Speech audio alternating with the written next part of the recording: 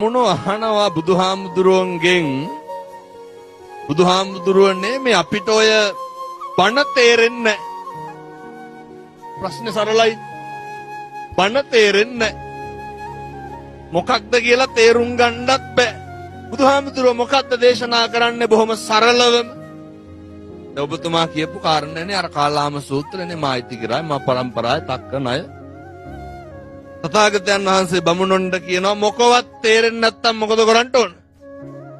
අත්ූපනායික ධර්ම පිළිපදින්න. මොනවාද අත්ූපනායික ධර්ම? හෙට ඉඳන් පුරුදු වෙන්න. අපිට වෙනවට අකමැති දේවල් තියෙනව නේද? අනුන්ට නොකරින්. එච්චරයි. අපිට වෙනවට අපි කැමතිද අපිට බනිනවට? අපි කැමතිද අපි ගැන කේලම් කියනවට? අපි කැමතිද අපි ගැන ගතු කියනවට? අපි කැමතිද අපිව පීඩාවට ලක් කරනවට? කවුද කැමති අපි අපහසුතාවයට ලැජ්ජාවට පත් කරනවට? ඉගෙන ගන්න. ජීවමාන බුදුහාමුදුරුවෝ වැඩ ඉන්න මේ භූමියේ ඉඳන් අදිෂ්ඨාන කරගන්න. හෙට ඉඳන් අපිට වෙනවට අකමැති දේවල් අනුන්ට කරන්න එපා. මේ ධර්මතාවයට જાතියක් තියනවද?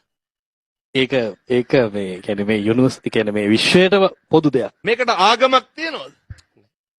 තථාගතයන් වහන්සේගේ දහමට කොහෙන්ද ආගමක්? මේකට කොහෙන්ද જાතියක්?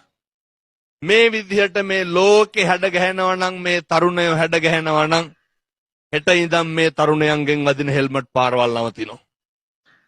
හෙට ඉඳන් මේ තරුණයන්ගෙන් පීඩාවට ලක් වෙන උදවිය නවතිනවා.